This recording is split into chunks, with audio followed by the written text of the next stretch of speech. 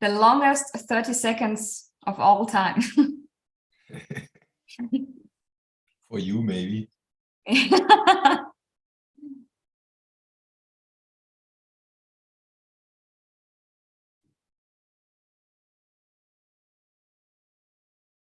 So we have about 100 listeners already, so I think we can start right now. Hello and welcome to today's Young Neurosurgeons webinar. I wish to welcome all of our panelists, all the discussion round, and all the listeners at home. Today is all about how to become a great neurosurgeon and how to plan the perfect career. Before we get started, I'm going to go through some housekeeping rules to ensure you interact with myself and the speakers. If you wish to ask some questions, just push the button to the Q&A section, then write the question. We will answer it after the talks, or if there are burning questions right away. Great. Let's get straight into the content with our first speaker. I'm really happy to welcome Martina Stippler to the EANS webinar, live from Boston. She's Vice Chief of Neurosurgery, Director of Neurotrauma at Beth Israel Deacon's Medical Center in Boston, and Associate Professor at Harvard Medical School. She's member of the chair of the elect of the EANS CNS section of Neurotrauma and past chair of Women of Neurosurgery. Last but definitely not least, she is Austrian software combined with American hardware. Martina, please. Thank you so much for having me. Of course, my lens of the advice I'm going to give over the next couple of minutes is from working in America, which I think has its own challenges. So please correct me if something is not relevant. But I think most of the the paradigms I have followed for my career, I think translate very well. The first thing I really want to say, be intentional to network. I think that is so important, and network within your own department and network outside of your department. For example, I read this book and I will never forget that. And maybe in the European culture, it's not so much a problem, but here it is. And it's like, never have lunch alone. Okay, never have lunch alone. And I think especially as being a female in a male dominated field, people might not ask you out for lunch. They feel funny about it. And I don't want to make this about gender, but I'm very intentional to ask my colleagues, my peers, even my superior out for lunch. Think about networking. For example, I do trauma, right? So I work with critical care docs. I work with trauma surgeons and do research with them. See if there are joint committees you can join. If you do pituitaries, think about the radiation oncologists. Think about the endocrinologists, because the more collegians you have in your institution, inside and outside the department, are going to be helpful when you go up for promotion, when you look for leadership roles. But also think big. Think outside your institution. Think about committees like what we're doing here right now. Think about Twitter. Twitter is a really beautiful way of everybody giving a voice. And you maybe not be a chair, but if you have a niche, if you have an interest, put it out there on Twitter, build your own brand. That would be kind of my first advice, and I really lived by this. So you might gonna say, okay, great. I want to be in a committee. I want to run a course. I want to be an officer in an organization, but nobody's coming to me and asking me for giving me these leadership opportunities. And newsflash for you, you are going to have to ask. Okay, you're going to have to ask. Ask for leadership roles. Ask for committee roles. Ask for jobs. Ask for time off. Negotiate your times. And I can give you multiple examples how this worked out for me. I wouldn't be here today if I didn't have crazy ideas and went up to people and said, you know what? I want to run this online virtual junior resident course. I don't know, you don't know me, but I think I can do it. I have the expertise. Let me give you a proposal. I wouldn't have the job today if I wouldn't have tapped the chairman at the dinner on his back and introduced myself. So you would be surprised how often people actually say yes. Most of the time they do. And if they say no, you're not worse off than you were before. Make yourself a little bit vulnerable. You would be surprised how many opportunities open for you. And the next thing is create some white space. And what I mean with this is we are all overachievers. We are all hard workers, medical school, residency, working in your field, trying to publish, trying to work, trying to learn to operate, trying to operate more. Create some white space that is free of these obligations so you can think. Because sometimes we're running, and we forget to think about where we're running and if we still want to run there, if that's still what we want to do. So create some white space to reevaluate your values and your goals and your career and your personal life, because they might be changing.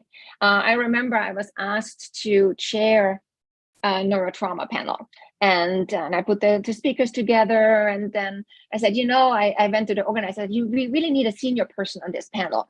And he looked at me and said, Martina, you're the senior person? And I'm like, oh my God, I think I am. So sometimes, we do our things and we do them and never really stop about thinking, is this really something where we still want to go? And use your mentors, use your sponsors. Peer mentors are very important to kind of ground yourself and help you in that regard. And I'm a big proponent to have a board of directors. There's not going to be one mentor, there's going to be one sponsor. You need somebody to help you maybe navigate your role as a mother. You maybe need somebody to navigate your role as a researcher, as a leader, as a surgeon. So have your own board of directors, but stop once in a while and look, do I still like where I'm going, and reevaluate. And I'm going to stop right there. And I think hand it over back to you, Dr. Bauer. Thank you very, very much, Martina. I know you're busy right now. If there are no burning questions at all, I will just leave you and go help some people. Are there any questions from the audience, from the discussion round somewhere? No, I have a quick question. Maybe do you think we do need a branding of a neurosurgeon? Do we need a branding to be good at our job? I think to have your own brand is important. I think everybody should have a niche, right? If you get invited, what you're going to give your talk about, right? If you want to be a visiting professor, or if you're going to apply for a job, what is your niche? What are you going to do? I think sometimes the simplest questions are the easiest, but everybody should have. That could be a special operation you do, or you do very well. That could be a research question. That could be some special degree. You bring a business degree, a medical education degree that you bring to the table. But I think it's good. I think that's a very good question, Dr. Bauer. I think there should be something, if 10 people apply for the job, why should they pick you? What do you bring to the table? How are you going to help the department to grow? And I that is kind of what I think about branding. And Twitter is very easy. You just create your own hashtag and there's your brand. And then people know you about this, and that's how you can develop your network. Thank you very much. Are there any more questions? No. There is some in the Q&A now. First one is good, I think. I can't see the Q&A. Maybe you can ask that. Yes. What do you recommend for those more interested in a community or more rural neurosurgery instead of an academic neurosurgical career?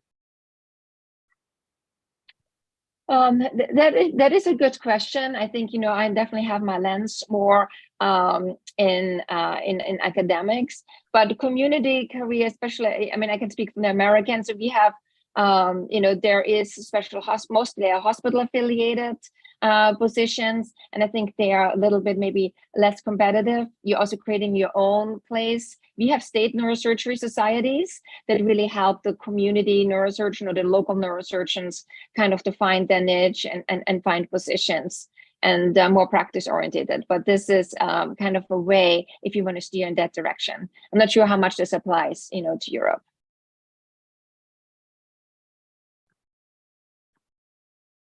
Okay. Thank you very much, Martina. Thank you for joining. And I will stay on until they call me because I'm curious. I always like to learn from other people. So I'm curious what the other faculty says. So I will stay on until they call me in. So thank you. Thank you very, very much. Well, then move on to Dr. Freischlag. Dr. Freischlag is Vice Chairman of the Neurosurgical Department in Innsbruck in Austria and Professor for Neuro-Oncological Surgery. He's also past chair of the Young Neurosurgeons Committee of the EANS. And during the last years, he trained several residents to become great neurosurgeons. And I'm happy he talks about what it needs to become a good neurosurgeon. Thank you for the invitation, and I assume everybody can see my slides, and I'm very happy for that topic given to me. What does it need to become a good neurosurgeon, vocation or dedication? My disclosures are for that talk irrelevant, but one, I took a lot of ideas from that guy, Simon Sinek, who knows him. He's out of marketing, very famous speaker, and some very applicable ideas coming from marketing that we can drag onto neurosurgery and use for our well-being. So vocation and dedication, if you look into the dictionaries, that vocation is the type of work or way of life that you believe is especially suitable for you. Dedication is the hard work and effort you put into something because you think it's important. What you really need are some of those. And I would say the most important are in the middle. Passion. How do you define passion? Passion is a desire fueled by passion will bring about the greatest results in life. Passion pushes you through difficult times because you don't care what it takes to become better. A very important word also is resilience. Resilience refers to both the process and the outcome of successfully adapting to difficult or challenging experiences, as the American Psychological Association defines it. It means having a mental, emotional, and behavioral flexibility and the ability to adjust to both internal and external demands. It's your ability to withstand adversity and bounce back and grow despite life's turns. And the third one, I think particularly important, is rebound. What do I mean with rebound? We all know that not everything is going well all the time. So one thing no one wants to discuss is workplace failures. Sometimes you're confronted with a challenge and you make the wrong decisions about that. Sometimes you miss a deadline or you don't notice an error before a major project launch. Failure in the workplace can lead to a spiral of shame and negative emotions that can completely derail your career, so don't let it do that. And the most important thing is trustworthiness. And I will explain that in the following slides. So you should be trustworthy and you should be in a trustworthy environment. If you put on a graph performance and trust, then you have on the left side a low performer of low trust. That's not an employee or a mentor you want to choose.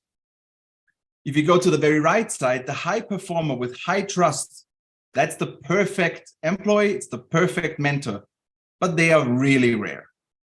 But on the opposite of that, you might prefer all the right-sided, the mid-performer with high trust, or even the low performer of high trust over those, the high performer of low trust, because those are toxic leaders and toxic performers. Why do we need trust in neurosurgery? We are facing a high workload.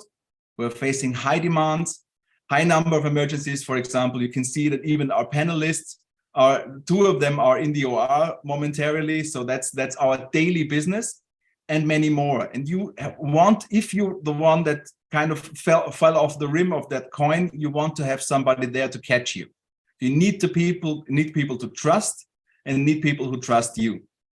Because being in neurosurgery is basically easy, except that you're riding a bike, but the bike is on fire, you're on fire, and everything else is on fire too.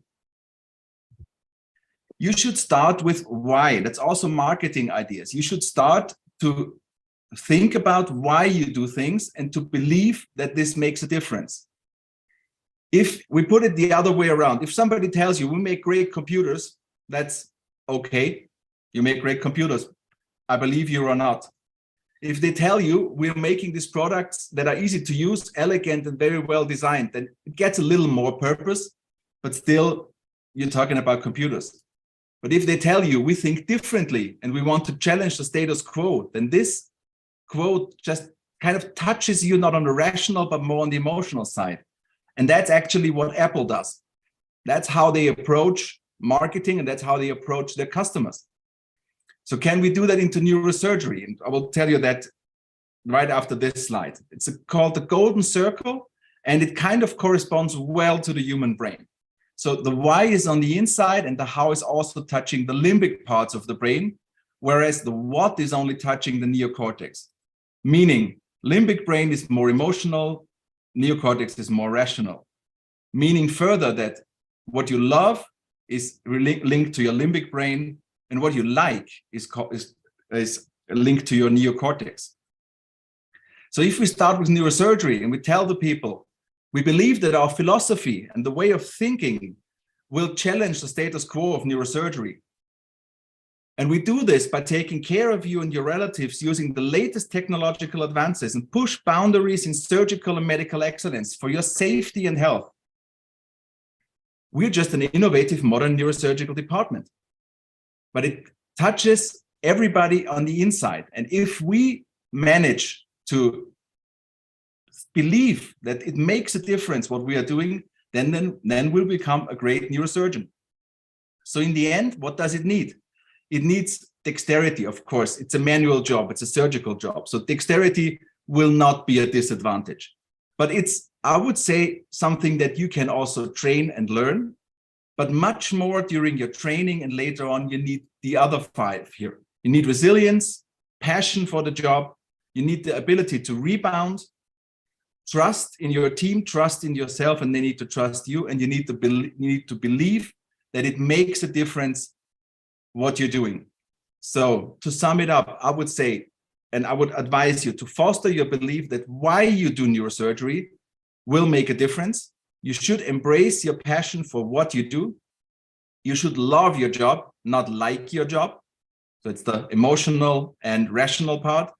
And you should build and maintain trust with your colleagues and mentors. And then I would say nothing will be in your way to become a great neurosurgeon. Thank you. Thank you very much for this great talk. You were talking about the spiral down you sometimes have as a young resident in neurosurgery.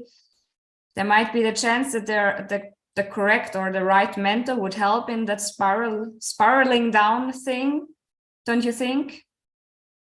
Well, I think it's very important to have people that pull you up again. It doesn't necessarily mean to be the mentor's job, that if you as a resident have scientifically in your lab or wherever you experience failure, it's not only or exclusively the mentor's job to pull you up again. That's why I mean you need a trustworthy base of colleagues. You don't necessarily have to be friends with everybody in the team, but you should trust each other. You should help each other out. And that's the most important thing for your daily life. And whenever you experience a failure, then you have the 2 abilities you need to be able to do. That's the rebound, just to get up again, and the trust of your colleagues that they will pull you up again. And then the failure will feel less painful. Yeah, thank you very much. I think we discuss it later on. We will just continue with our next speaker. I'm glad Andras Spucki could join this webinar as well. Hello. He has been pursuing research activity in the field of neurosciences in the last 30 years, starting already as a student, and he continued to conduct studies throughout his career, focusing on neurotrauma, and participated in the organization and lead of neurotrauma care in Hungary. He was chair of the Neurosurgical Department of Pécs, Hungary, and in 2022 he became professor of neurosurgery in the School of Medical Sciences in Örebro, Sweden, and he's now passing on his international experiences and expertise to aid clinical care, graduate and postgrad training and research. I'm very happy he's here today. Please.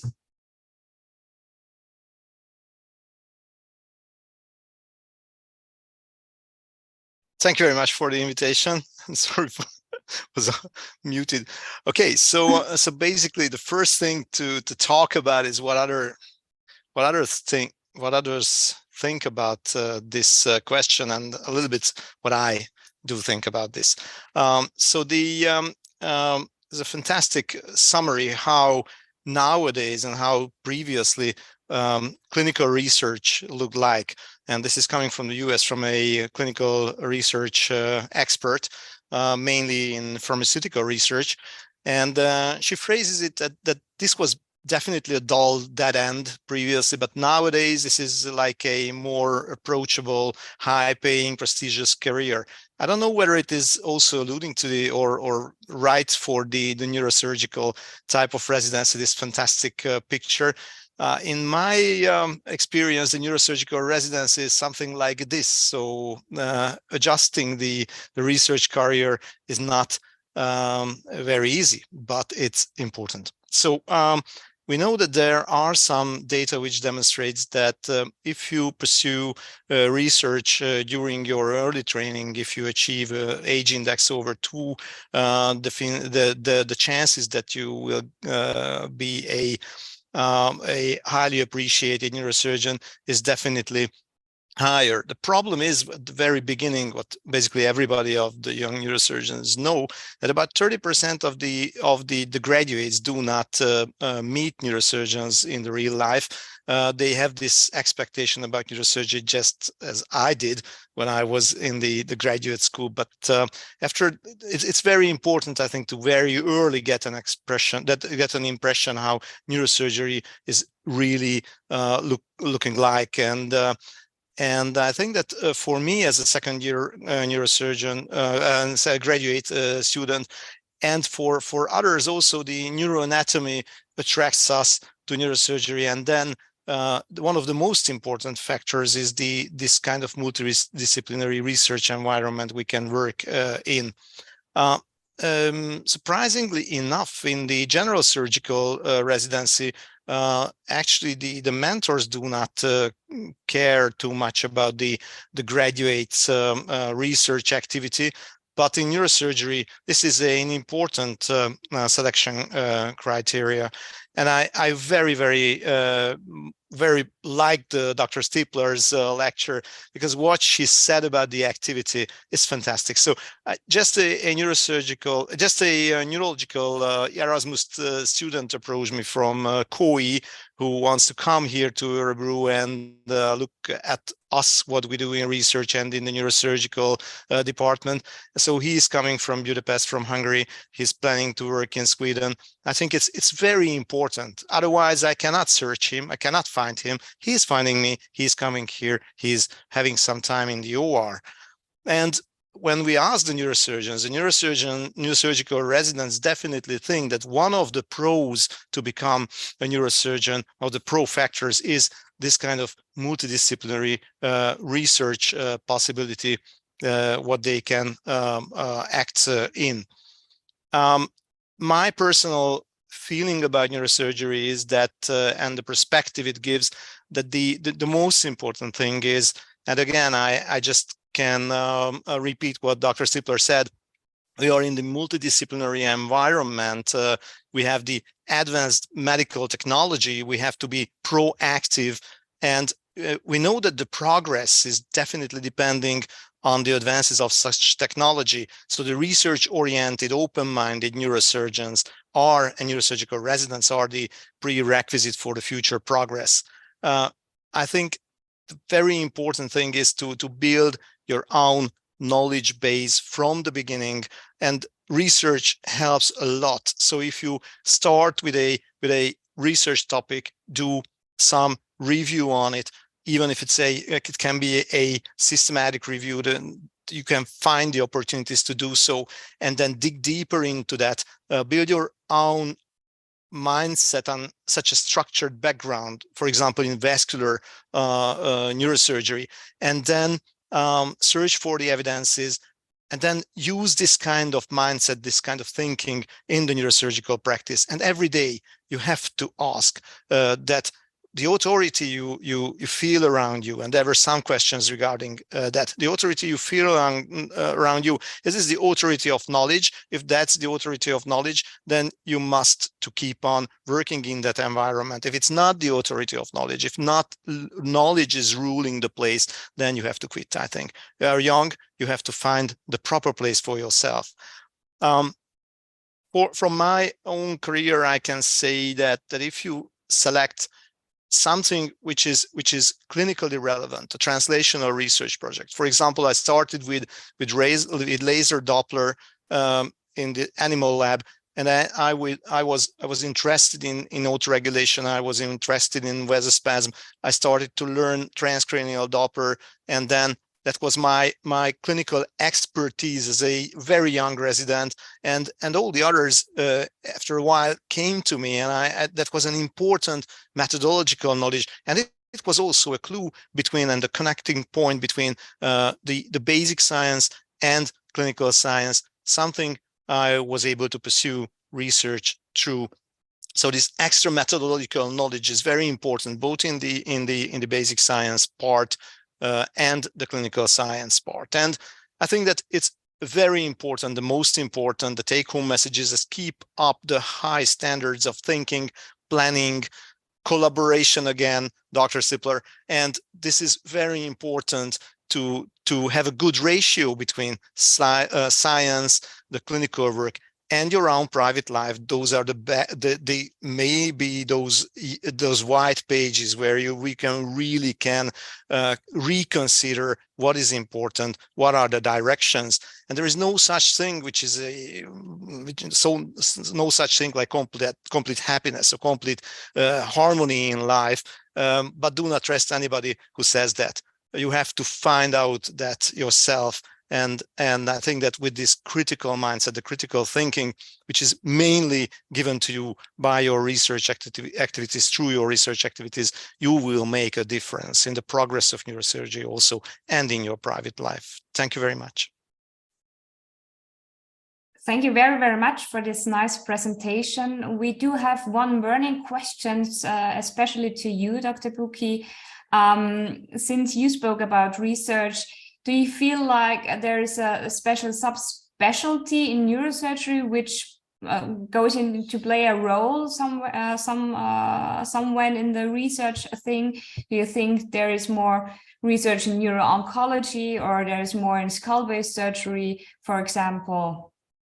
I think that I'm biased. I'm very much biased, and I think that from 20 years from now, neurotrauma will be the activity which I can say 100% will be in the hands of neurosurgeons, and the research in neurotrauma is fantastic. The research in critical care is so promising. The major problem is that we are generating tons of data without helping the actual decision making at the bedside. So I think that if we can combine the high resolution neuromonitoring and high frequency neuromonitoring with the pathobiological knowledge in neurotrauma, we can definitely make a difference, and we can make a difference in not only in neurotrauma but also in other neurosurgical emergencies and the critical care. Mm-hmm. Okay. Thank you. So, yeah, well, let's move on, and then not to shorten the discussion time afterwards. Our last speaker is Evangelos Drossos. He will talk about the Young Neurosurgeons Network and how important this connecting platform is among young professionals to achieve more, get better training, and more education. Hello, good afternoon.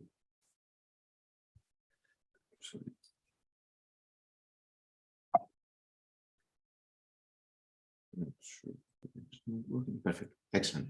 Hi, good afternoon. Thank you very much for this invitation. I think that this short presentation comes after a lot of the questions that I read in the Q&A and a lot of the things that have already been said by the previous speakers.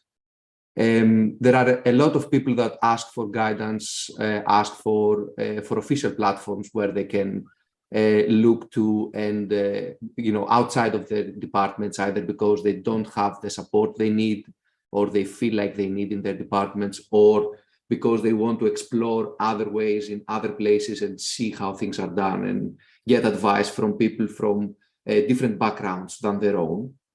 And that's exactly why we tried through the EANS organization to create this network and help people, especially in their first steps in their career in neurosurgery, either as medical students that want to join neurosurgery or as trainees, even as recently trained neurosurgeons, to be able to participate.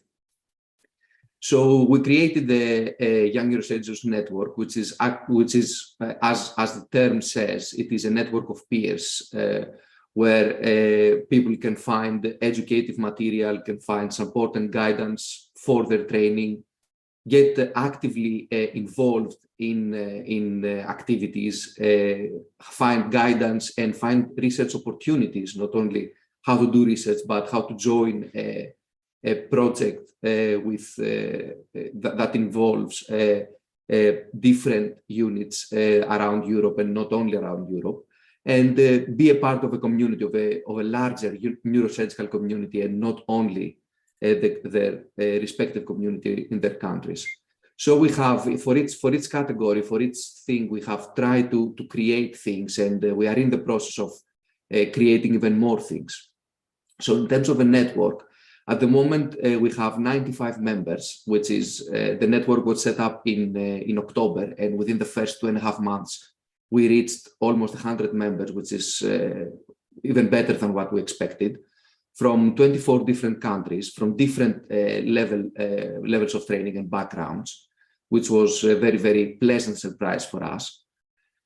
We have organized and we keep organizing meetings. We did the first European student pre-congress course and meeting before the official EANS conference in October in Belgrade, where we had a lot of applications. We even had to, at some point, stop the application process because we didn't have room to host all of those people, which means that there is a big need, a very big need, and there are a lot of students out there that are looking for guidance from official, from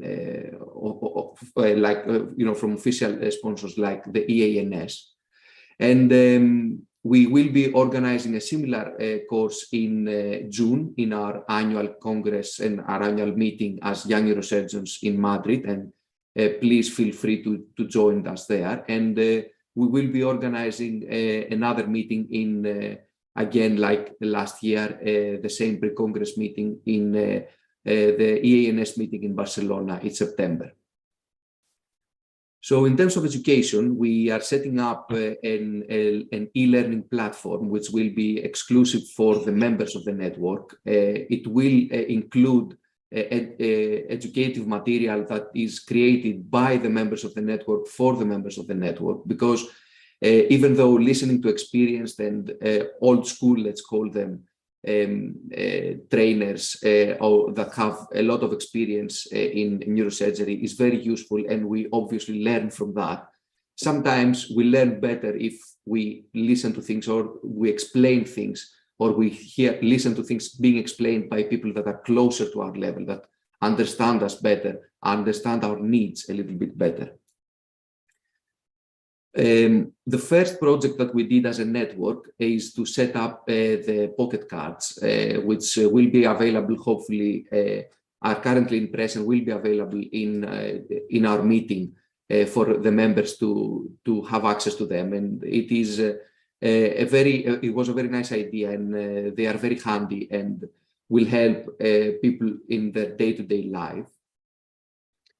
In terms of training, obviously, as young neurosurgeons inside the EANS, we've already done webinars discussing about training, because that's our burning question, and that's what we care about at the moment.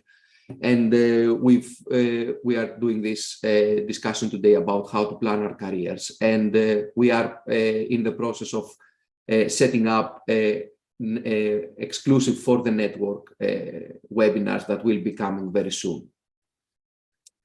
Also, this year, we started by joining basic skills courses, because there are a lot of courses out there. There are a lot of courses that one can join and learn how to do things, but most of them are advanced. There are very few basic courses out there for people that are in the early stages or are interested in doing neurosurgery and want to have a feel of what it means. So these two courses, one in Switzerland and one that is happening in Italy in May, are already almost full. And we will be doing our own network course in Barcelona in our meeting in September. In terms of guidance and support for the training, we are setting up a mentorship program. This will include groups of members, small groups of members of the network that will be of various levels of experience in research, and will primarily help people to learn how to do research, learn how to apply for funding, and learn how to apply for grants. And we are setting up a research fund for the members of the network so that the best project will be awarded a fund at the end.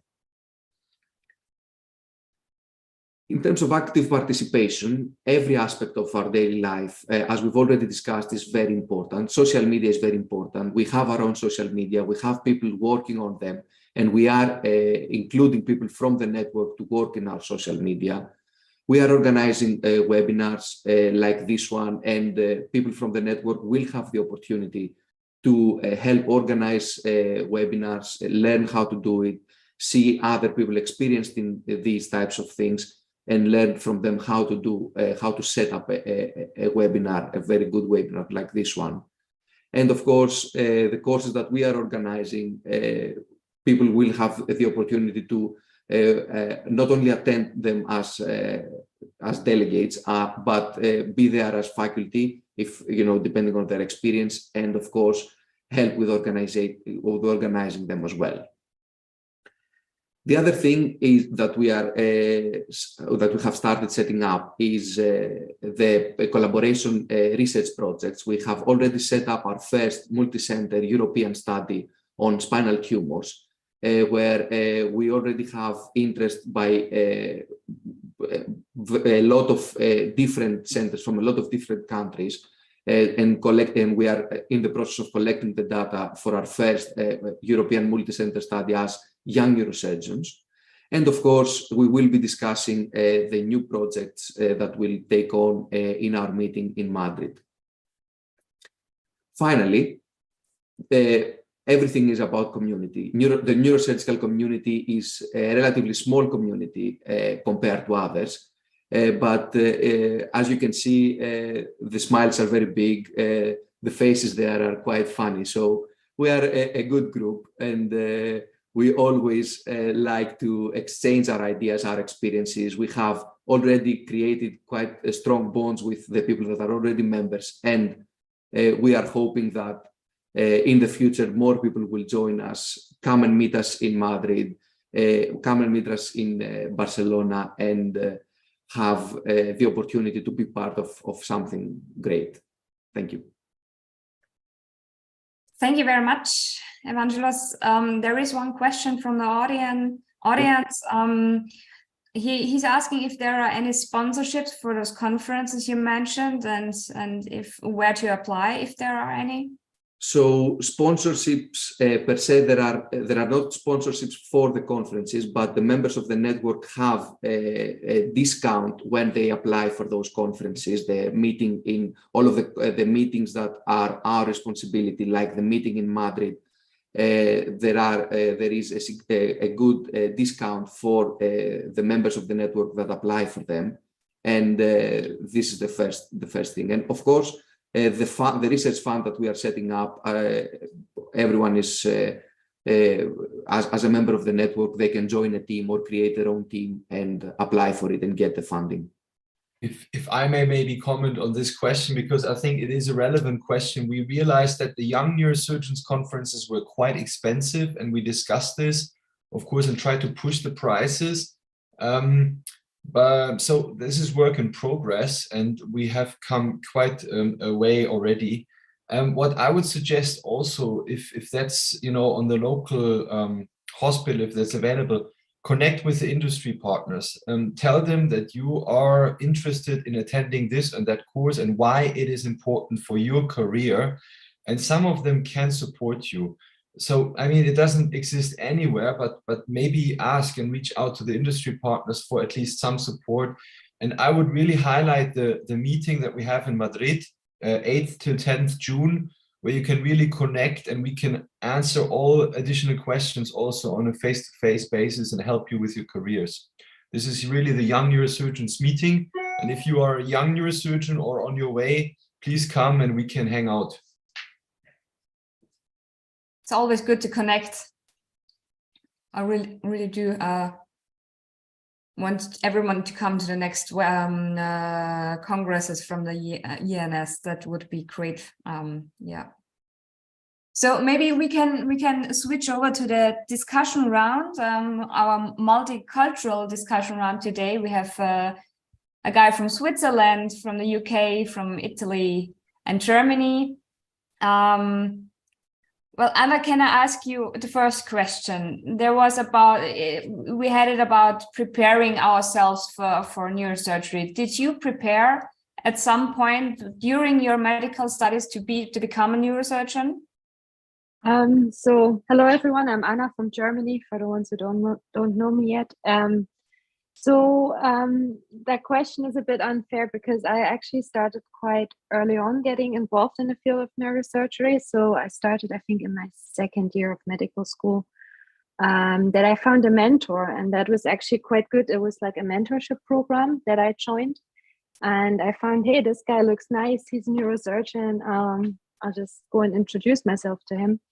And he took me into the OR and, you know, took me to operating vestibular schwannomas and stuff like that. So he really got me hooked straight from the start. And I think this is very important for everyone who's interested in neurosurgery. Find yourself people that will show you stuff, that will get you interested, and that will also be honest with you and maybe tell you what you're good at and what you're not so good at and what is important for your further career. So I don't want to discourage anyone who didn't, you know, start in their second year of medical school, but just try and start as soon as possible and find yourself people that will help you. Thank you. Cesare, you have something to tell us? Yes, because actually I do totally the opposite because at the end of my medical studies, I really don't know what to do. My thesis was on history of medicine. So no, I wasn't involved in neurosurgery. And then I speak with some people, some mentor, and I decide. So of course, if you decide earlier, you start earlier, but do not be discouraged. You can decide also a little bit later and became, I think, a good one. And about the research we talked about, Martin, do you think prior to become a neurosurgeon, like clinically, you should do some research, do maybe a PhD or something like that, or does it come hand in hand? You know, maybe that's a bit too much for somebody, or I think that's a very good question. I don't think everyone needs a PhD in the back. If you have an academic interest, you should. Why shouldn't you? I mean, it helps you to understand data. It helps you to understand studies, interpret studies, which is of good for your patients in the end. But, you know, I used to be very dogmatic about it, and I've stopped, because in my team right now, we have very fine neurosurgeons. They are handy. They are excellent. You know, Christian talked about trustworthiness. They are trustworthy. I love these guys, and they are not academic, but they will be great neurosurgeons. So I'm not dogmatic with this anymore. What I did when I was a medical student, I also, I went to the OR and I thought, wow, neurosurgery is great. I had a look in the OR and I knew I wanted to be that. So I learned, to suture microanastomosis on a heart of I think it was a pig or a cow or something. I mean, in the end, it's stupid. When you do bypasses, you will be, many, many years down your career. But for me, it was very good to get a feeling, am I capable of doing this? And it actually gave me some comfort and more fascination in the field. So I would think, if you're a medical student and you're interested in neurosurgery, why not practice? And it doesn't need to be, fancy. You can just take an orange, cut it, and then get a microscope somewhere in the corner and then try to suture it under the microscope, get some hands-on feeling. And then what I did actually really, I connected, and here I'm also totally with what was said earlier. I think it was you, Anna. You need to find a mentor. I reached out to somebody who I thought, wow, he has already made some career, and I connected, and he gave me some work. He asked me to write a paper. I didn't know what is a paper, so I learned it. And then you start simple. You start writing a case report, and your mentor will be happy because you published for him. And then you write, maybe he gives you some crappy retrospective data, and you improve it, and you write something like a retrospective project, and it gets published, and then you are one step further. And then this is a development. It will need some time, but I think start as early as you can if you're motivated. But how early is early enough? That's the point. We're always on 120%. Yeah, but as a med student, I always found time to do that. I didn't start in the second year. I was a little later, but I wanted to become a neurologist. Actually, then I thought neurology is boring because I didn't like to go on rounds for 2 hours. Then I became a neurosurgeon. Yeah, start whenever you feel that you want to do it, It's never too late. It's not a problem of early. It's never too late, in my opinion. Anna, you have a hand icon. Yeah. I just wanted to say, I think to everyone that's a medical student and that's listening, a very simple truth is that you'll never have as much time as you have as a medical student. So you should really use it and just crack on and do as much as you can. And like Martin said, even if it's like some crappy retrospective data, work on it, get used to it, get used to working with numbers, get your statistics going, and that will really help you later on when you really don't have the time to get into all that stuff again. Christian, you have. I would like to comment on the involvement and the crappy retrospective data. Finally, the problem is that the expectations should be in balance with what is achievable. And I think if you start very early as a med student, that's very good. But you should not expect to be included in everything in that department because you're still a med student. So that means your expectations should be maybe a little lower. And Martina said a very important thing, but I think it was too briefly said. She said, go ask for jobs. That's very important. Go ask for involvement, go ask for jobs. But if you get a job, and if it's probably not the job you'd love to do, but some crappy retrospective data, you need to deliver and do the job. Don't ask for the great, nice, and very, very comforting jobs. You will get the crappy ones first, because those are the ones nobody wants to do. And if you prevail on those, then you will get the nicer jobs. And at some point, you will get the nicest job being a neurosurgeon in the end. Mm-hmm. Maybe. There is one question from the audience, which might be interesting to discuss. If we believe that being older in age, it might be a negative point to build a career as a neurosurgeon. Don't we think that's I don't know, Cesare. Do you think that? I mean, if you are 80, maybe you cannot perform good microneurosurgery because you have the Parkinson and so on. I don't think it's starting about a job at 80 80 might only be available in Italy, isn't it? Yeah, that's the problem. But okay, I was just joking, of course. But I mean, I know a lot of residents that at the second, third year of one discipline, they understand that was not for them. Neurosurgery that becomes radiologist, but also the way back. So it's, I mean, I say before, it's never too late. It's a joke, but age is not the most important thing. I mean, if you are motivated, you can start also a little bit later. Of course, there's also a clear advantage. The expectation you have to have are maybe a little bit lower, but you can do a good job also if you start a little bit later. But I think you can also, because you already have experience with something else, you can kind of start at a higher level in neurosurgery as well.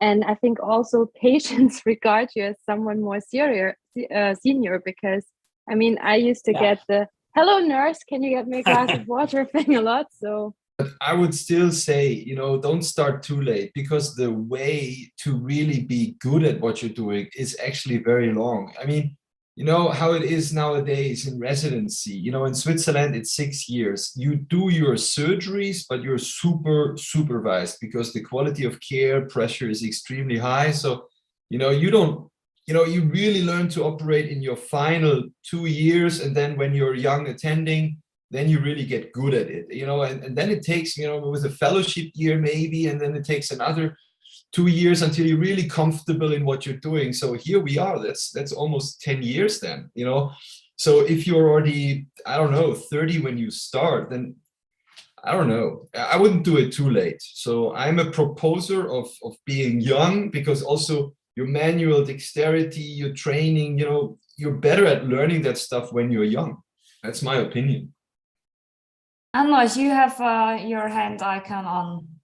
Yeah, just joining to this. So two issues. One is the research or not research. I think what Martin said is very important, that in a well-functioning academic institution, those guys who are handy, who have absolutely positive attitude without research, they can be excellent partners.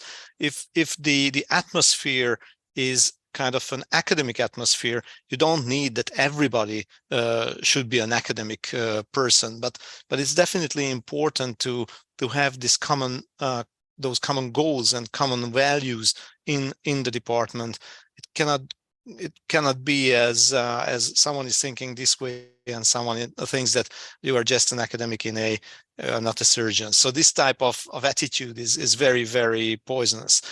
The other issue is that starting early or late, I think it's very important. If you can, you should start as early as you can. And even if you are just so yeah, I started to operate the rats when I was the second year medical student in the fourth semester, and we did a lot of work, and then I didn't see a microscope for 2-3 years after I graduated. But still, the exposure is very important. So Martin is absolutely right. We have a very, very long career to build, and regardless what you will do, the more exposure your hands get, you have the better chance to be good at what you are doing. I think it's important. May I ask a provocative question to Andras? Because his talk is about, and I'm a believer that research is the turbo booster of your career. So, but if you have now 3 hours of time, you're a resident in second or third year, you have 3 hours of time. Should you go on your computer, sort your data, do the analysis, and write the paper? But there's also a suboccipital decompression for a hematoma going on. Should you go in the OR? Because you have 3 hours of time, but you can only spend it once. Yeah, I'm crazy, and I'm not a resident-friendly, user-friendly idea, what I will say, I would go to the OR and then go and do the research work. Definitely, that's what I did. I know it's not a European working hours legislation type of attitude, but indeed, that's what we did. And honestly, I was far more involved in either do immunocytochemistry or something where I use my hand. I hated this kind of review writing stuff, but I had to do that, obviously. And you have to do it on the best way, even if it's like something you would not love to do. But that aligns with my opinion, because I think, whenever you have the chance to go in the OR, you should do it. You should do it. But then whenever there's no OR running and this happens, then use your time for research or support the team for the other work. Yeah, just one. So my mentor that time, when I was starting as a resident, and I had all the paperwork. I was the only resident in the department that time in a hospital of 1,500 neurosurgical so operations a year. So when he saw me during daytime at doing some patient records, writing some records, he was very angry with me. Why are not in the OR? You can do it by the evening and the night.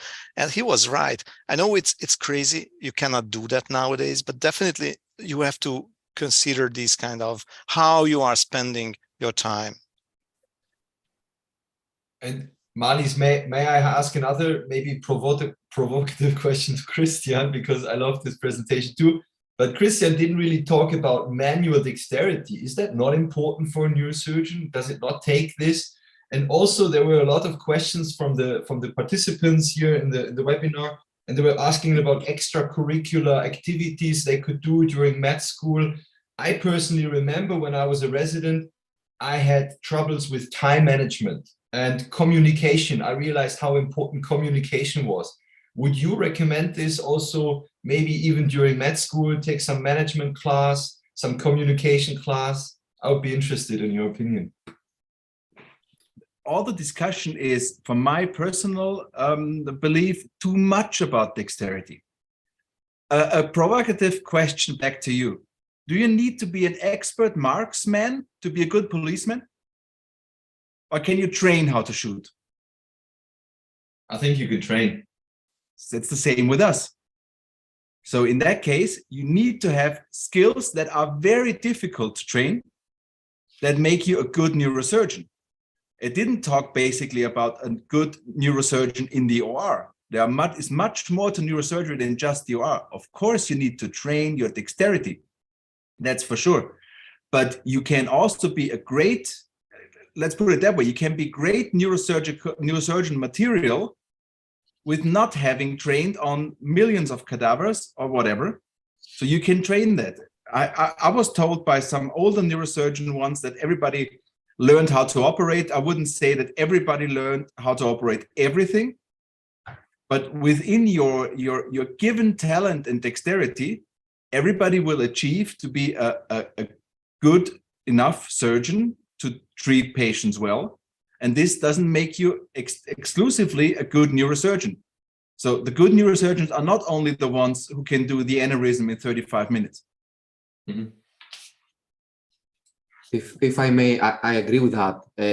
Being a good surgeon is not only about being good with your hands. Obviously, this is extremely important, but it's not the main thing. The main thing is being able to make the right decisions, being able to have to keep your cool when shit hits the fan, and be able to handle every situation that comes across you. Obviously, that takes experience, that takes knowledge, that takes skill, but skill is not the only thing. There are so many more things than being a surgeon, and there are parts of neurosurgery and neurosurgical subspecialties that do not require an extremely high level of skill. In terms of, not all neurosurgery is bypasses and clipping aneurysms.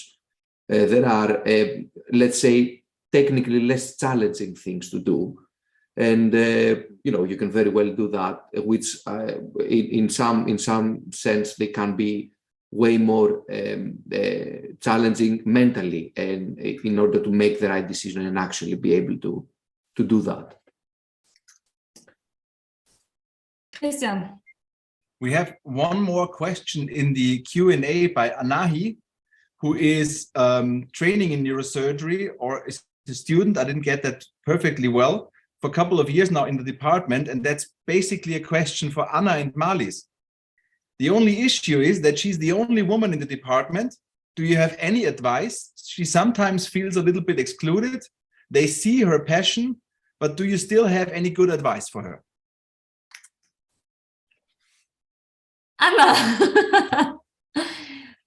Okay, I wanted to let you go first. Okay, so I've not really been in a position where I've been the only woman, but I've been in a position where there have only been like male consultants in a department, and I think so there's not really any great advice I can give, but I think it's important to like be yourself and to like represent who you are, and also be comfortable in, you know, being a woman without, you know, always focusing on it. Like, you don't have to take any stupid jokes. You can, like, you know, give it back to them, and you can communicate that, or, you know, you can just, you know, just be yourself without showing that you're weaker or you're less, I don't know, less of a surgeon than the men are. And I think usually the problem is mostly in our own heads and not really with your colleagues. Just try and be a colleague and be a person, and not be a, you know, a woman or something different. That's something I would tell could tell too. We always think we are the problem and we are the women, and they think we are the women, so we are weak, but they usually don't think that. That's mostly exactly our heads. That's my opinion. Nowadays, I don't know how it is in Italy, but nowadays I don't think that's a big issue anymore. I hope so. Yeah, at least, I mean, if there's like sexual discrimination or like harassment, then obviously of course, you have to report that. I think she was not talking about those really bad things, but I think she just felt a little outside of the department, since they're only like, this is a band of brothers in that department, seems to be like that, and she's the only lady around that, and I think that's can also be terrifying. She's a med student, by the way. She clarified that, so she's rather young. I think, yeah, you can just try and be friends with them, really. Like, I mean, they're not going to be horrible, hopefully. Otherwise, if you don't get along with anyone, then you should maybe look for a different department anyway. Definitely. Cesare, how do you open up the Italian guys for you as a med student? Pasta. Difficult question, but as we start eat together is the first thing. So pasta was there, and also a little bit drink together if you want to become a neurosurgeon. I think, but it's another argument. But I want to stress one word that I heard before, but the most important thing, of course, is the mentor. But for me, it's the network. And we are here to represent this. You are also a friend of mine, not also a colleague. And that's very important to grow up as a neurosurgeon and make a career. In my opinion, the network nowadays is the most important thing. Unless you have one more thing to add or two. Yes, yeah, but basically, I think that the most important thing that all are right, what Anna and Marie said. I think that indeed this is the in the head of you should be clarified that you are one of them. You will be one of them. You want to be one of them. You want to be their colleague. So as a medical student, shadow them, be with them, be there for them. Try to to scrub in for the operations. Try to scrub into everyone, not only to the nice guys, but to everyone. And there will be times when there will be no one to scrub in, and you will have the opportunity to be part of the network, and after operation to eat pizza with them. So don't give it up if you really, really consider that seriously. I also think when you show dedication and you're not crazy or something, people will actually include you in the group. If you really show that you want to be part of it, you will eventually become. May I ask another question, because Martina unfortunately had to leave and she mentioned it, but in the USA, and I was at Stanford also, I realized they all do it. Everyone publishes on social media about activities and patient cases. And, here in Switzerland, we have, some difficulties also from the hospital. They don't want that everyone shows cases. There's no strict rules, but they're going to come. But I would just add maybe a comment for those who are listening now and think, now they have to publish all their cases. Be careful about this, because it can bite you in the butt. If you would be, before you post anything, cases that you operated, for you they might look perfect, but maybe for others not, and then they criticize you, and then it could be very negative also, lighting back on you. And before you publish anything on social media, Twitter, LinkedIn, Facebook, be very sure that your hospital administration and your chief supports you with that, because otherwise you can get into deep troubles. And also the rules, if patient realizes you published his picture and you didn't have written informed consent for that, be very, very careful with this. That's just one advice I wanted to add to this webinar.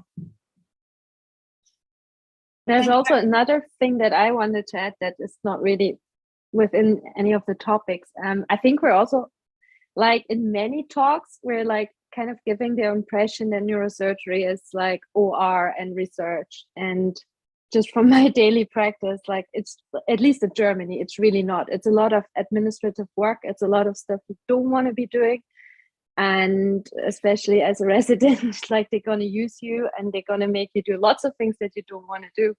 And I think a lot of it is just stamina, and like, you have to keep going and dig through a lot of shit to like get to your operations and get to the research that you want to be doing.